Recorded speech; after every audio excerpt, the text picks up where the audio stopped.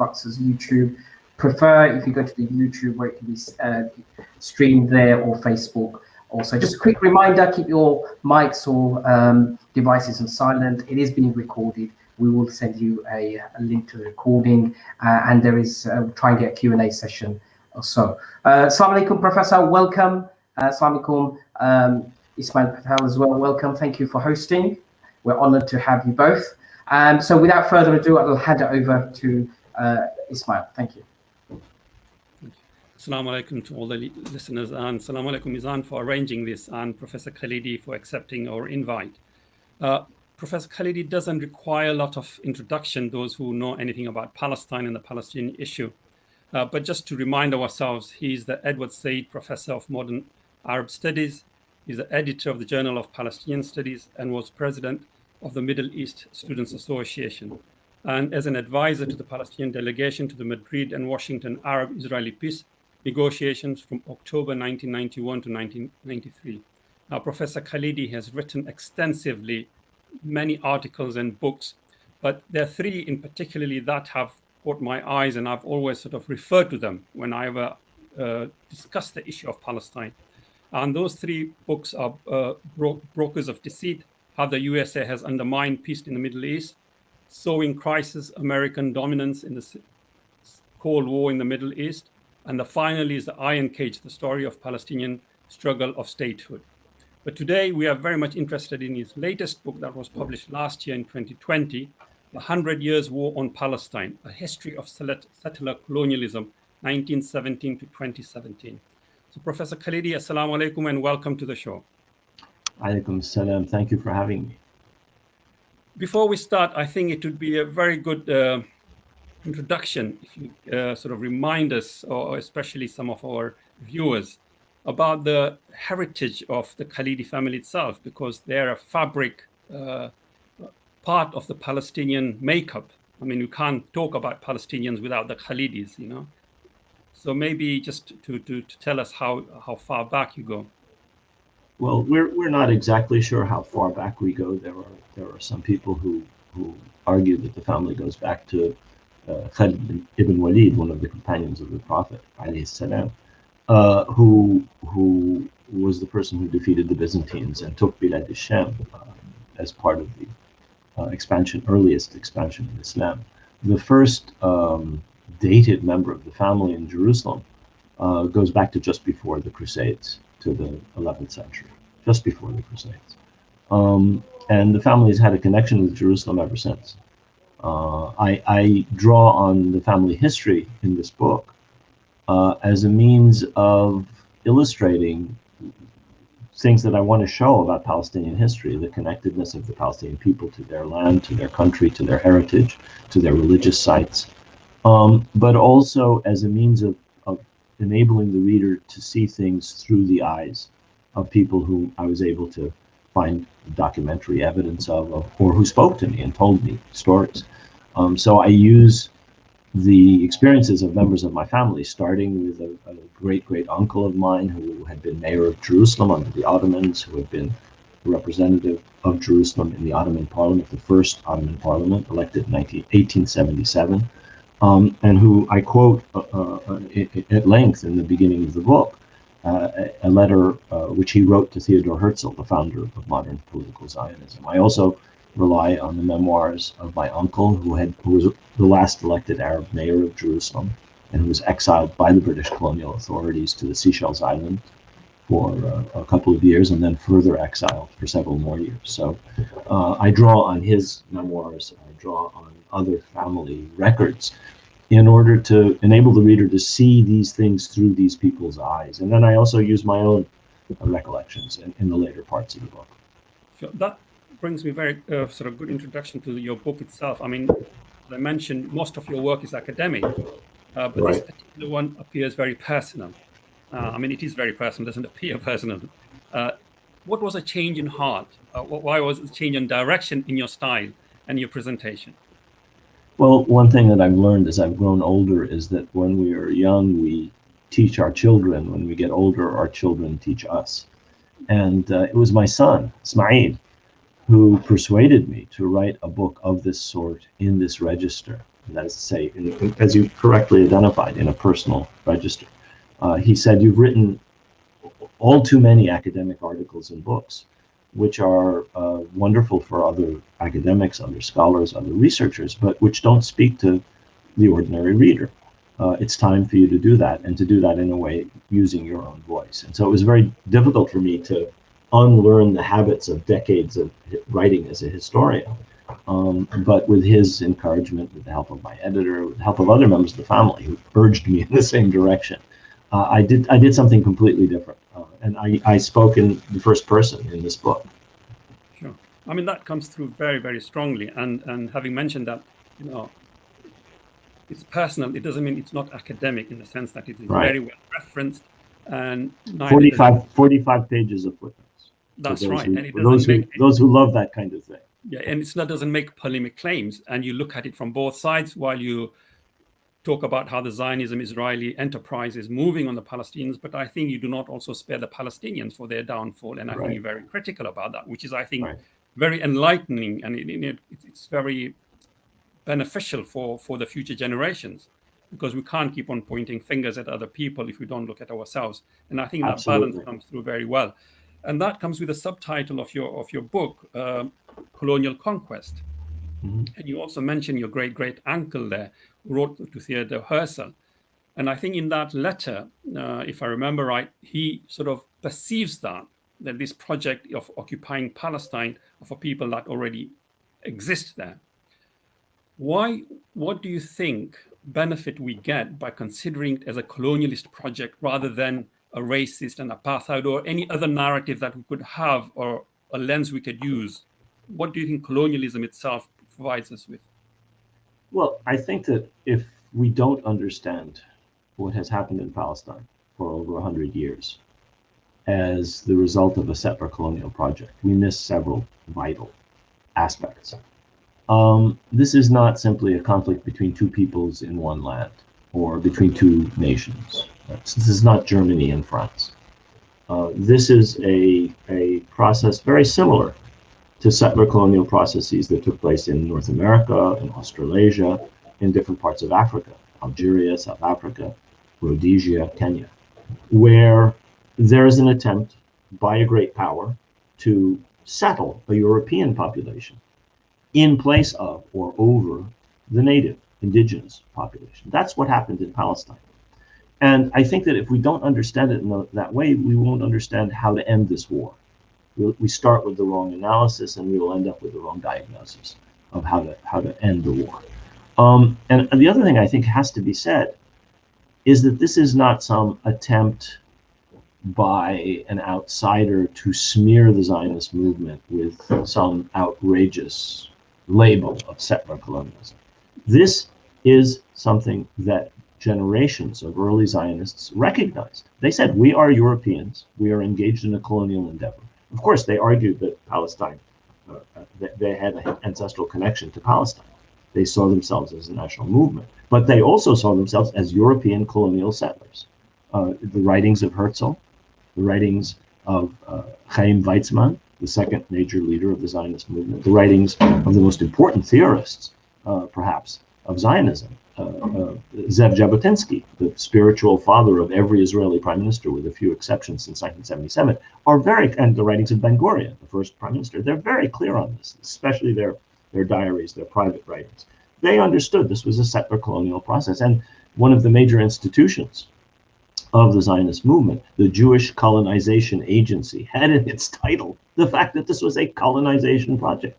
This is the agency that bought much of the land that the Zionist movement established its settlements on. About 5 or 6% of the land of Palestine had been purchased by 1948, and it was the Jewish Colonization Agency, self-described, which was doing this. So I think embracing that reality helps us, I think, to understand where we are today. And failing to do that gives us a false analysis. You mentioned there are 6 phases of wars, declarations of wars. I think we'll come to that in a minute. Just before we start with the first declaration, I just want to push back one more. You start with your letter of your great uncle, which you've already mentioned, alluded to. Can we expand on that? I mean, what was the reaction of your great uncle, or great uncle actually, to be specific, to Herzl, and how did he see it as? Well, let me give a little background on this man. His name was Yusuf Al-Khalidi. And he, as I said, he'd been mayor of Jerusalem. He'd served as a deputy for Jerusalem in the Ottoman Parliament. He'd served in the Ottoman government in different capacities. But he had also spent a great deal of time in Vienna, where he studied and later taught. So he was a scholar. And he was a man who was fully versant with the politics of Austro-Hungary. Now, that's where Herzl came from. He was a journalist in Vienna. And became famous as a journalist in Vienna before he founded the Zionist movement. And so Yusuf Al-Khalidi was very, very conversant with the early stages of the Zionist movement. And he knew of Herzl. He writes to him saying his admiration for Herzl as a person and his knowledge of what Zionism was really about, that this was an attempt to establish Palestine as a Jewish state. In fact, Herzl's book, Der Judenstaat, the Jewish state, says it all in the title. And so in his letter to Herzl, he says, yes, I understand the connection of Judaism to Palestine. We are cousins. We are children of Abraham. You are the children of Sarah. We're the children of Hagar. But this is a country which is already inhabited, and its people will not willingly be supplanted. So what he was telling Herzl was, while I understand the motivations in anti-Semitism for Zionism, I'm warning you, this, he says at the end, please, for God's sakes, leave Palestine in peace. That's the end of one of the most important parts of the letter. So he was knowledgeable about Zionism. He understood the anti-Semitism and the persecution to which the Jews in most of Europe were subject, especially in Austro-Hungary and Russia. But he was warning Herzl against the dangers that Zionism posed. That brings us to the very first declaration of war of Palestine, which you've categorized in the 6 stages, from Balfour Declaration 1917 to beginning of the Second World War, In that phase, obviously, and I think throughout the history of Palestinians, a major issue the Palestinians have faced is an external superpower supporting Zionism, Israel. How do you read Balfour's declaration and the impact it has had, and for you to consider it as a war on the Palestinians? You touched on a couple of important points, Ismail. One of them, exactly as you've said, is that there's a category mistake in assuming that this has been a conflict between Zionism and the Palestinians. That was part of it, obviously, or between later the state of Israel and the Palestinians, or the Arab states. But an important part of it from the very beginning is that this is an imperial project. This is a project supported by the League of Nations. This is not just a bunch of Zionists coming to Palestine and trying to do something. This is a group that seeks the support of the great powers. They went to the German emperor, they went to the Ottoman Sultan, they went to the French government. They finally succeeded with the British in obtaining the support of the greatest power of the age. And that is crucial. And that's why I described the Balfour Declaration of 1917 as a declaration of war on the Palestinians. Because in it, what Lord Balfour, who was the foreign secretary at the time, said on behalf of the British cabinet, on behalf of the government, that Britain looked with favor on the establishment in Palestine of a national home for the Jewish people. And both of those terms are extremely important. In the language of the day, this meant this is a recognition that the Jews are a people and therefore entitled to self-determination, and that they have national rights in Palestine. By contrast, he never mentions the overwhelming majority, the 95, 96% of the population, 94, 95% of the population, which is Arab. The word Arab, the word Palestinian does not occur in this declaration. The non-Jewish population is promised civil and religious rights. What this means is one group, a tiny minority, will get the support of the greatest imperial power of the age for a national project in the land of another people who are never mentioned and who are not to have national or political rights. And the British, basically, and the League of Nations stick to this pretty much throughout the mandate period. So I describe this not as an innocent statement of the British government. I describe this as a declaration of war on the overwhelming majority of the population of Palestine. What comes very strongly, or you remind people, is the fact that during the First World War, the Palestinians were under the yoke of the Ottoman, and therefore they were the enemies of the British anyway. Right. And then obviously you have the Balfour Declaration for whatever, many other reasons, one of them being he himself being anti-Semitic and so forth, not recognizing the Palestinians. Right. But from the Palestinian aspect, there's, if you like, to debunk a Zionist myth or otherwise, which I want you to do, is there's absentee landlords. And there's Right. a Zionist narrative, as you know, that, although this land belongs to the Palestinians, they had left their country, so we took it. Right. How do you counter that? You have two myths there, the myth of absentee landlords and the myth of they left the place and didn't care about it. And these are both standard settler colonial tropes. We care more about the country, only we can take care of it. We hear this in white British settlers talking about the Native Americans. We see this in Australia. It is we see this in Algeria. The Arabs did not take care of the land. And so they left, of course they left because they have no real roots in the land. This is a standard settler colonial trope. This is the argument that these people are not rooted, the argument that these people are transient. We find it in the rhetoric of colonialists the world over. And in fact, Balfour repeats this in a memorandum that I quote in the book, where he talks about the transient Arabs who live in this land. And this is a myth. One need only look at the villages of Palestine, the ones that had not been destroyed by the Israelis, as they did to most villages in the areas they took over in 1948.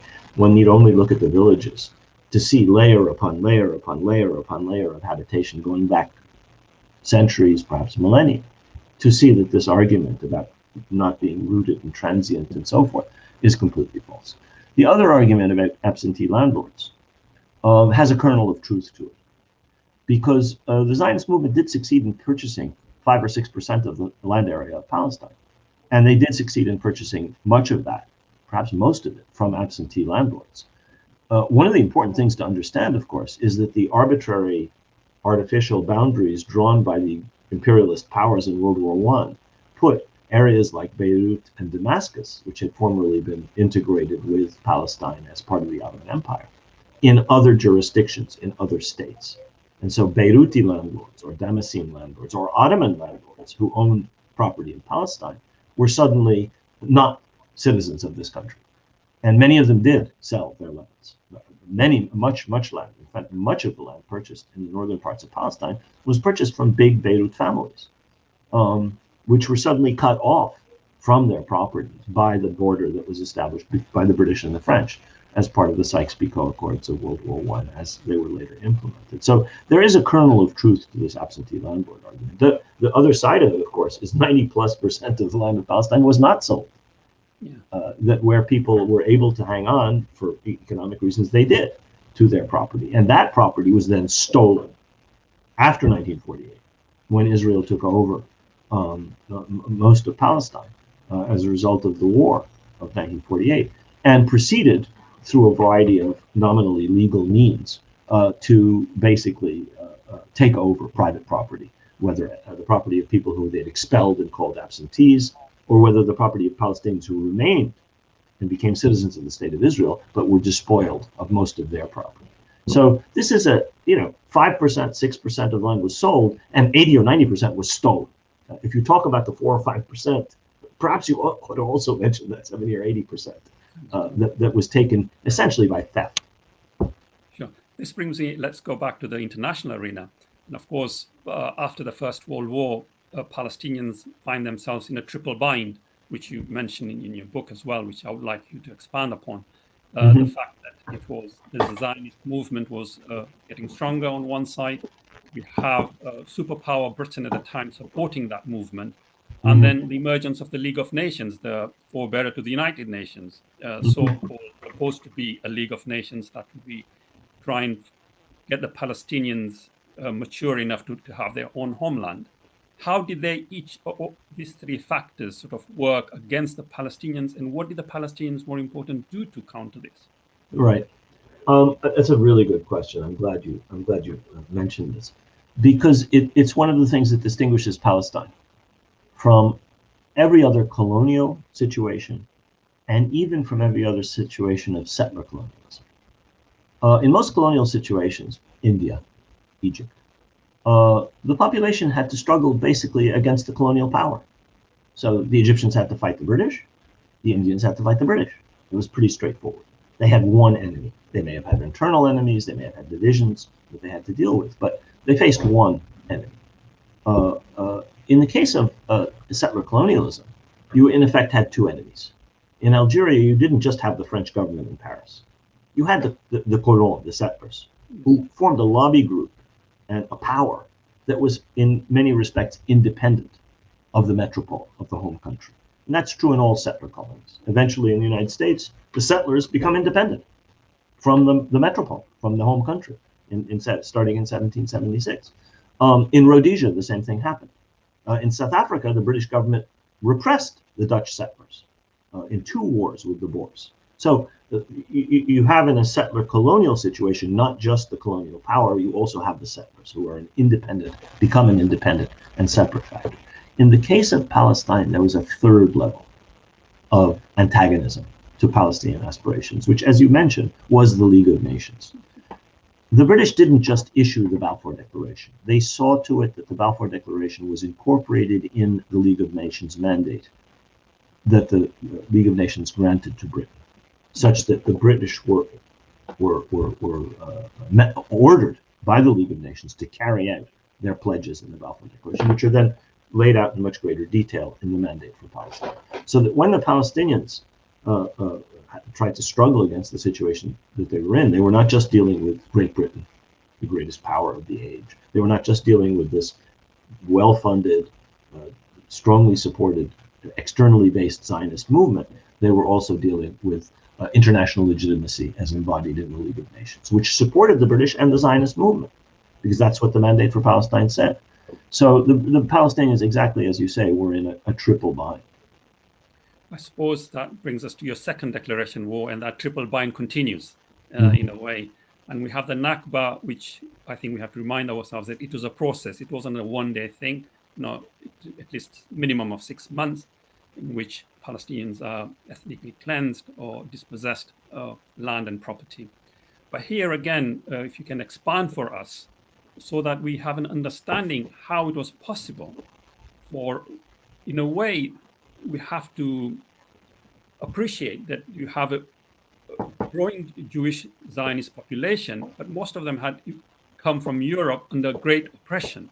Yet they did manage to overcome the Palestinians. Right.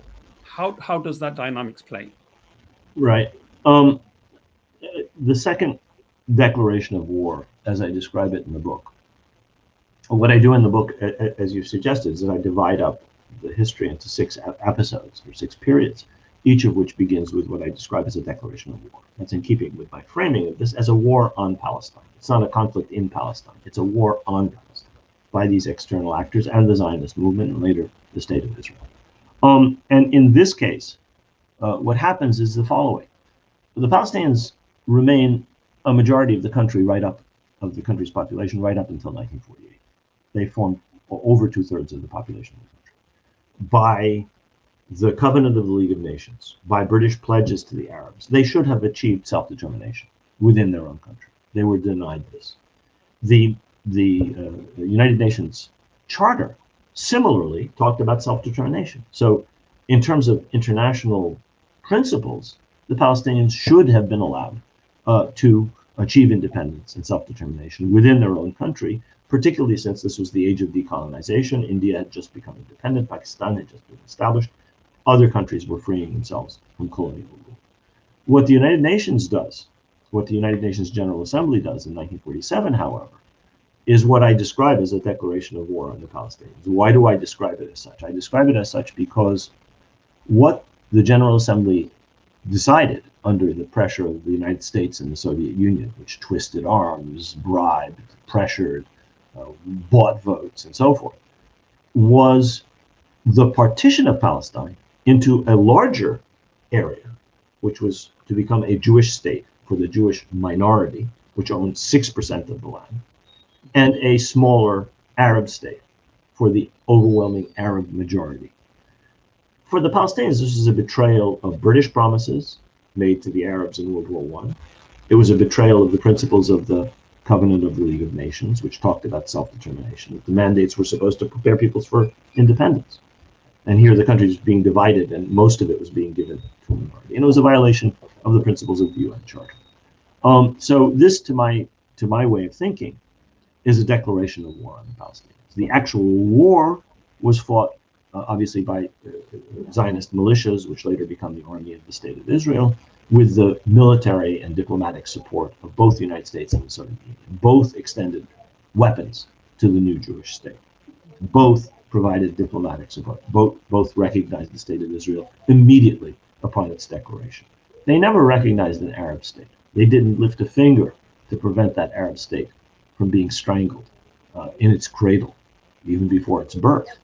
And so I'm arguing here that essentially both superpowers, the United States and the Soviet Union, intended only to create a Jewish state in Palestine. They didn't care about the Arab state, and when it was prevented from coming into existence, they were perfectly satisfied with it. To my way of thinking, this is an international declaration of war, which in this case was carried out mainly by the Israelis, with military support, as I've said, from the Soviets and the Americans. In the first instance, in the first chapter, which you've already mentioned, the declaration of war by the British in 1917 is followed by a British military campaign against the Palestinians at the end of the 30s. So it was the British who declared war and carried out that war during the Mandate period. In the case of 1947, when the partition resolution is adopted by the General Assembly, it's the Israelis themselves who carried out the war. And I'm glad you mentioned the Nakba in the way you did, because I think we can draw on the insights of an Australian anthropologist and theorist of settler colonialism, a man named Patrick Wolfe, who's very sadly passed away, and who argued that settler colonialism is not an event, it's a structure. It's an enduring process. And this is the case with the Nakba. The expulsion of Palestinians from Palestine has actually never ceased since 47-48. Overwhelming majority of Palestinians who were dispossessed and expelled or forced to flee in 1948, 750,000 perhaps, of a population of 1.4 million, have been succeeded in generations that followed by Palestinians forced to leave by more subtle means in some cases, and sometimes by outright expulsion, as happened again in 1967, when a couple of 100,000 people were also expelled by the Israeli occupation authority. So this is a structure which is ongoing to the present day. Sure.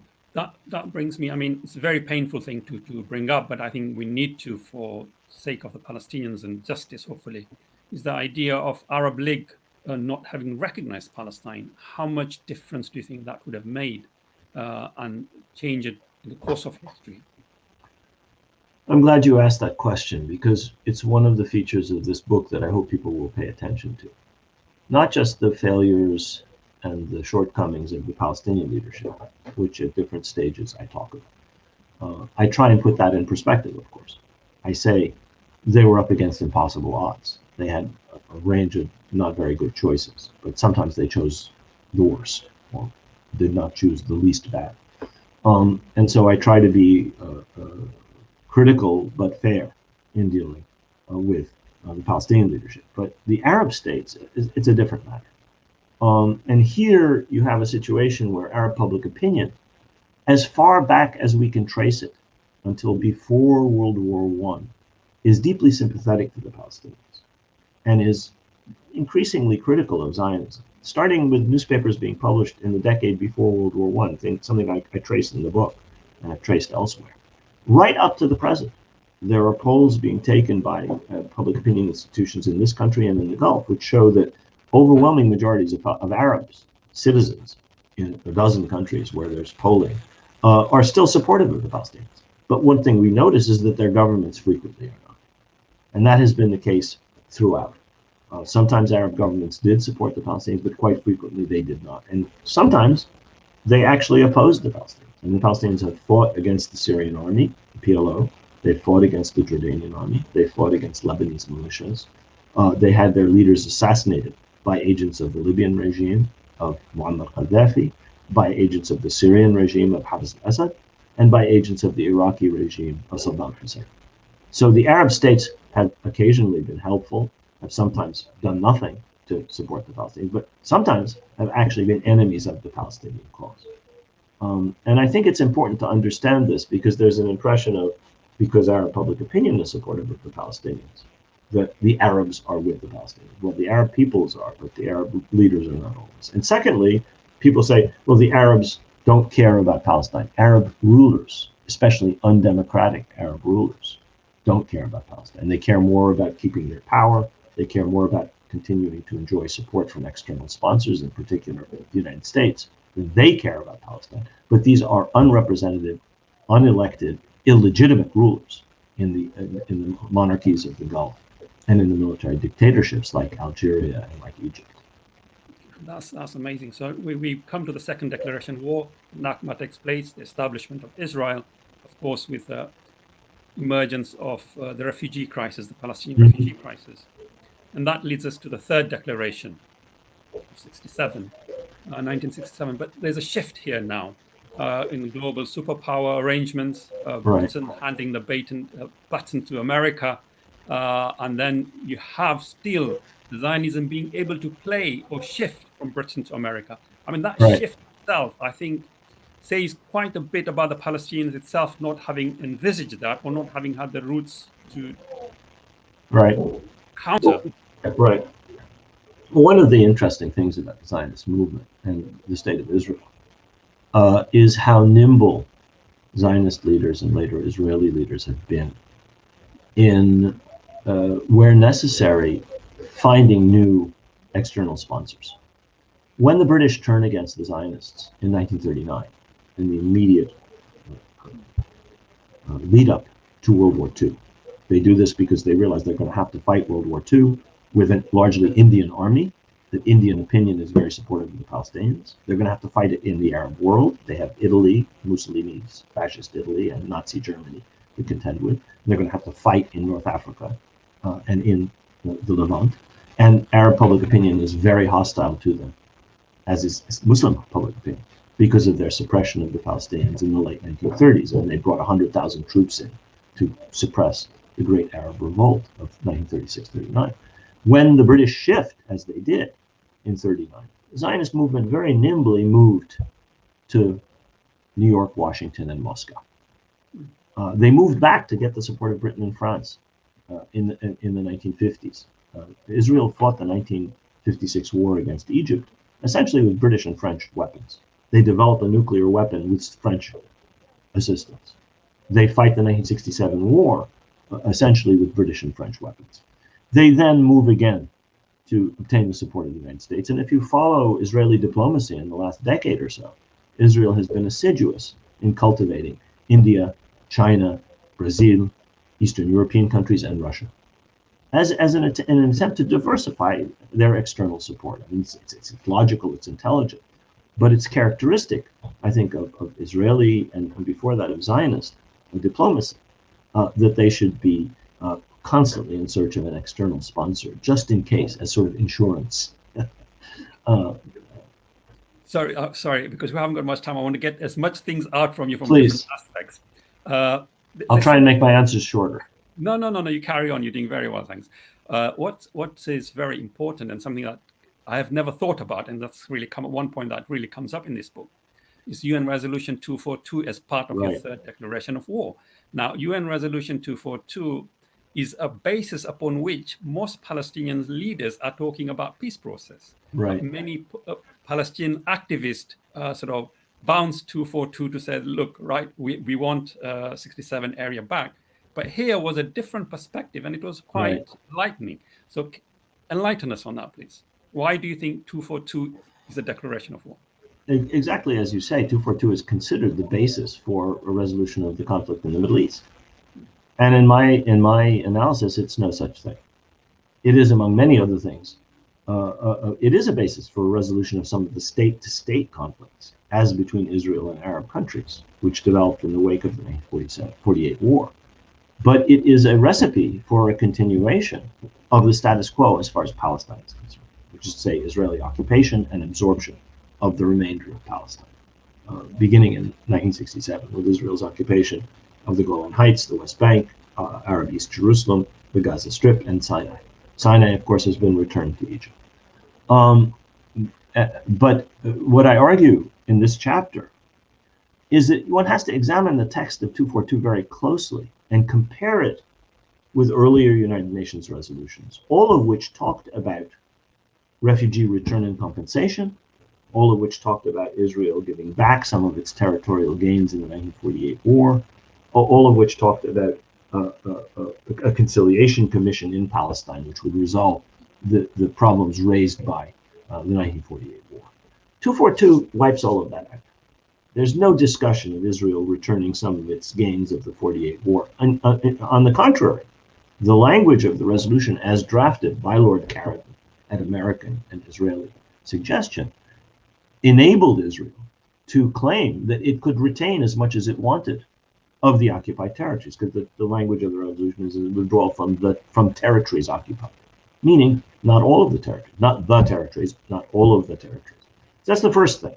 The second most important thing from the Palestinian perspective, of course, is that as with the Balfour Declaration and as with the League of Nations mandate for Palestine, the Palestinians are never mentioned by name. And none of their claims to self-determination, to compensation, to refugee return are even alluded to in the resolution. All it says is a just solution of the refugee problem. Which refugees? What justice? Nothing. So it is a blueprint for a state-to-state resolution, as between Egypt and Israel, as between Jordan and Israel, as between Lebanon or Syria and Israel, which has only in fact been followed insofar as Egypt and Jordan are concerned. But it is a recipe for maintenance of the status quo of occupation and of colonization in Palestine. Occupation and ultimately annexation of Palestinian lands. That brings me something I want to take you a little bit back, is your house that your parents were expelled from. You write, my grandparents. Your grandparents still exist. In a way, that's a metaphor for the Palestinian crisis.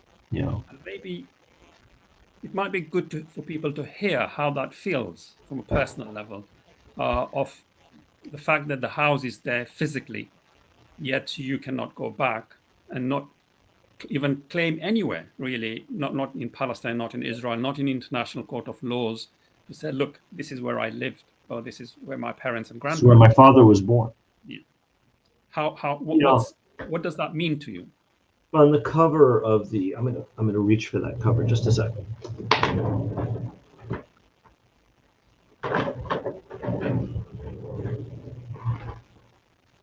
At the bottom of the cover of the U.S. edition, you can see it here, is a picture of the ruins of my grandfather's house, which was in a suburb of Jaffa, which has now been absorbed into the greater Tel Aviv, Yafo municipality.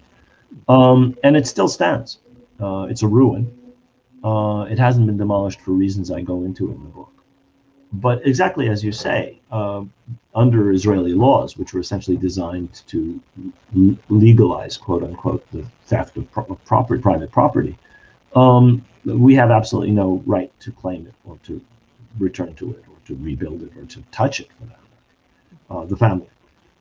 So this was my grandparents' home, where many of my father and several of my uncles and aunts were born. Many of them were born in Jerusalem. Some of them were born in Jaffa. And I think you're right. It's emblematic of the treatment of the lives and the livelihood and the property of the 750,000 Palestinians who were forced to leave their homes in 1948. I'm not suggesting we're unique. Quite the contrary. We're one of 750,000 people whose ancestors or who themselves were forced to leave, and who have absolutely no claim to their private property. And it's rather ironic in a post-World War II situation where meticulous attention has been given to the property claims of everyone who was despoiled by the Nazis. And fortunately, through proper recovery procedures, people have been able to obtain their property or compensation for it. In this case, private property is treated in an entirely different way.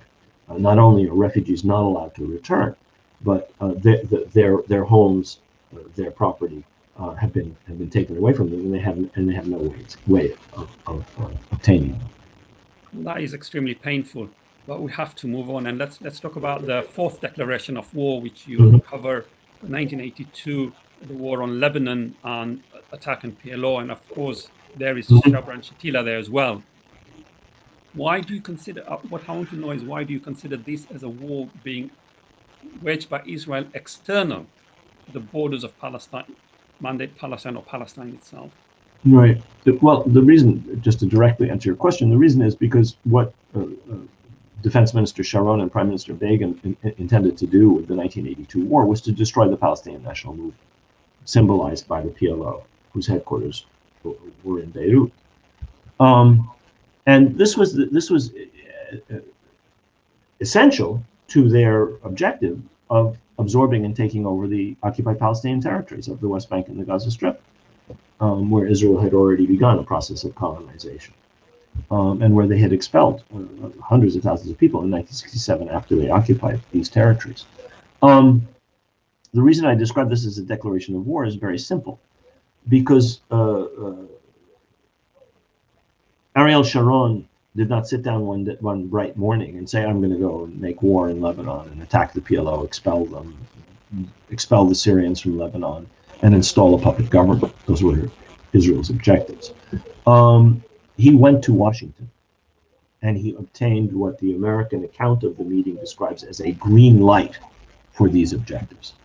So I described this war, as I in fact described the 1967 war, as wars that Israel fought with this, not just the support, but with the collusion of the United States.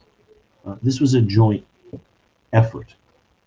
Israel did the fighting, of course, in both of these cases. There were no Americans involved, but it did the fighting in the case of the 1982 war with an enormous array of American weaponry, with American diplomatic support, preventing ceasefires, inserting American diplomats as the so-called honest brokers, in fact, brokers for the Israeli position, that the PLO must be expelled, that Syrian influence must be eliminated, and so forth, that a new government must be elected under Israeli occupation, which would make a peace treaty with Israel, and so forth. So the United States is an active participant in this war. It's not some outside power standing on the side and looking impartially on what's happening. That brings us to the fifth declaration war of the Intifada. We started as the Intifada. And we move, of course, from Intifada to the Oslo process. Do you believe that Oslo process itself, although you do not cover it as a war, as a declaration of war, in your own narrative, the style you have taken, that could also be read in parallel to UN Resolution 242, although at the behest of the PLO itself? Right. No, that's the tragic thing about Oslo, that unlike all the other episodes that I chronicle, the Palestinian leadership became complicit by its acceptance of the agreements in Washington that were drawn up in Oslo, and later subsequent agreements. And that's, to my way of thinking, a particularly tragic aspect of this. The reason that I describe this process in the way I do, rather than an attempt to make peace, is because of what I learned in my participation in the negotiations that preceded Oslo, the negotiations that started in Madrid in October 1991 and continued in Washington until June of 1993, and what I learned through my research, which was that there was an Israeli ceiling established on what the United States allowed to be discussed and intended to be the outcome of this negotiation. And it was a ceiling well below statehood, sovereignty, and self-determination for the Palestinians. It was a ceiling which involved a continuation of settlement by the Israelis, that is, say, a continuation of colonization. It was a ceiling that allowed for for permanent, eternal Israeli security control of the entirety of Palestine. And it was a ceiling which essentially adopted itself, whereby the United States essentially adopted its position to whatever position the Israelis put forward. And that still is the situation today. The United States talks about a two-state solution, but what is meant by a two-state solution by Israel, whenever Israel even deigns to accept the possibility, is a situation in which Israel is the sole sovereign power the sole power which controls entry and exit, the sole power which is in charge of security. And at best, a Palestinian police force is a subcontractor to Israel. That's the Israeli view, but that has also become the American position. When the Americans talk about, even the current Biden administration talks about a two-state solution, they are not talking about absolute sovereignty. They are not talking about Palestinian control of Palestinian borders. They're not talking about a Palestinian state which can allow Palestinians who have been exiled over generations to return to their homeland. None of these things are what the Americans envisage when they talk about a Palestinian state alongside Israel. They talk about a Palestinian state which is completely subjugated by and subordinate to Israel, and all of whose sovereign attributes are actually in the hands of the sovereign Israeli state. So entry, exit, allowing people to become citizens, security control. These are the attributes of sovereignty, and these are not a part of the American vision. So what I learned in Washington and Madrid, and what I learned in my research, is that you were really talking about an Israeli-American position, which is hostile to the Palestinians. I want to come back to that later on, maybe a penultimate question, but let's take the sort of chronology of your book to the Sixth Declaration War. Of course, the Palestinians feel dejected and mined by Oslo, and they realize it doesn't provide them with anything that was promised, or even semblance of it. And then you have the rise of Al-Aqsa Intifada.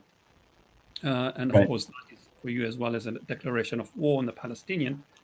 I want you to, if you can, for a minute, think from the Palestinian perspective now as to what that did to them, the Al-Aqsa Intifada, rather than the declaration from the Israeli side. Do you think what happened to them? Do you think at the post, so from there to now, do you think the Palestinians are weaker because of it, or factionalism has emerged, or do you think they've become stronger? Well, factionalism have emerged even before this, unfortunately, with the rise of the first Intifada in 1987. You're talking about the Al-Aqsa Intifada, which begins in 2000. But even before that, with the first Intifada of 1987, you had the development of a new form of factionalism. And this has been a problem for Palestinian politics ever since. So we're talking about over 30 years, almost 35 years now, of deep divisions within the Palestinian national movement. In a short answer to your question is yes, I think that for all the sacrifices involved in the second Intifada, the Al-Aqsa Intifada starts in 2000, it ultimately was highly counterproductive in terms of Palestinian national objectives.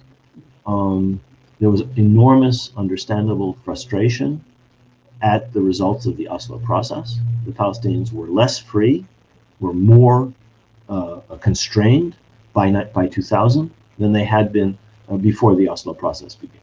I spent a great deal of time in Palestine in the late 80s and the early 90s, and there was almost complete freedom of movement for almost everybody. Israelis and Palestinians, by the way. You could go to the Golan Heights, you could go to Eilat, you could go to visit the Gaza Strip, you could go to Tel Aviv with West Bank license plates. Palestinians went everywhere, and Israelis went everywhere. For all the tension, for all the oppression, you had almost complete freedom of movement. This changes with the Oslo process. The building of the wall, the checkpoints, the segregation, the separation of Jerusalem from its West Bank hinterland, and a myriad other processes. Palestinian GDP per capita goes down during the Oslo process. So Palestinians realized by 2000 that they are so much worse off before the so-called peace process began, which was not going to deliver what they thought was the objective of the peace process, which is an end to occupation, an end to colonization, and independence and self-determination. None of these things had eventuated. On the contrary, settlement increased, the occupation became more restricted, and it was very clear that the Israelis under no circumstance would countenance Palestinian self-determination and real independence. That's why you had the Al-Aqsa Intifada. So perfectly understandable reasons. Unfortunately, the outcome, as I show in the book, was almost entirely negative for Palestine. So basically what we have had is an establishment of State of Israel whose governance upon the colonized people has become more refined, not only in structural sense or for Israel itself, but also legitimizing that structure itself internationally. And that, I suppose, brings us to very important question that your book sort of instigated in me, the fact that you talk about the colonial project. What is a decolonial perspective to undermine the colonial project then? That's a good question to end with, actually, because I think that you put your finger with that question on what I think has to be the solution. The solution, the resolution to this war, has to be based on a recognition of the nature of the war. It's not just a struggle between two peoples. It is that. It's not just, two national movements. Zionism is a settler colonial project, but it has also created a national entity, just like other settler colonial projects. I lived in a settler colonial project. I'm sitting here in Manhattan, an island with a Native American name, as part of a successful settler colonial project. The Zionist project isn't as successful as the American one because it didn't exterminate or expel almost the entirety of the population. The resistance of the Palestinians has resulted in a situation where half the population in mandatory Palestine is still Arab, more than half, a little more than half, perhaps. So I think those realities have to be recognized if we're going to resolve this, which is not to say we're going to undo settler colonialism, but we are going to have to decolonize. And we start that by decolonizing our minds, by understanding how we got to where we are. And that this is not a struggle in which the Palestinians have oppressed the poor. You mentioned that the people coming to Palestine in many cases were fleeing for their lives, the Jewish immigrants. And that self-image of the victim is a very strong one, because in many cases, the people who established the state of Israel are victims of European anti-Semitism, of the Holocaust, and of generations and centuries of European anti-Semitism. However, that situation is turned around in Palestine. They become settlers who are engaged in taking away a country from its indigenous population. And those things have to be recognized.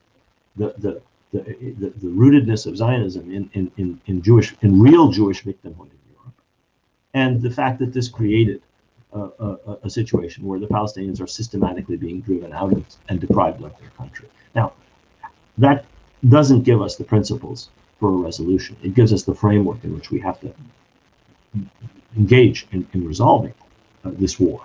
And I argue that those principles, that's how I end the book, it have to be based on justice and equity. There has to be an understanding that for everybody who lives in this country, Israeli or Palestinian, there has to be complete equality of rights. There is a Palestinian national entity. There is also an Israeli national entity. And that entitles both peoples to certain national rights. However, those rights cannot be at the expense of the rights of others. And so you have to figure out a way of balancing those two givens.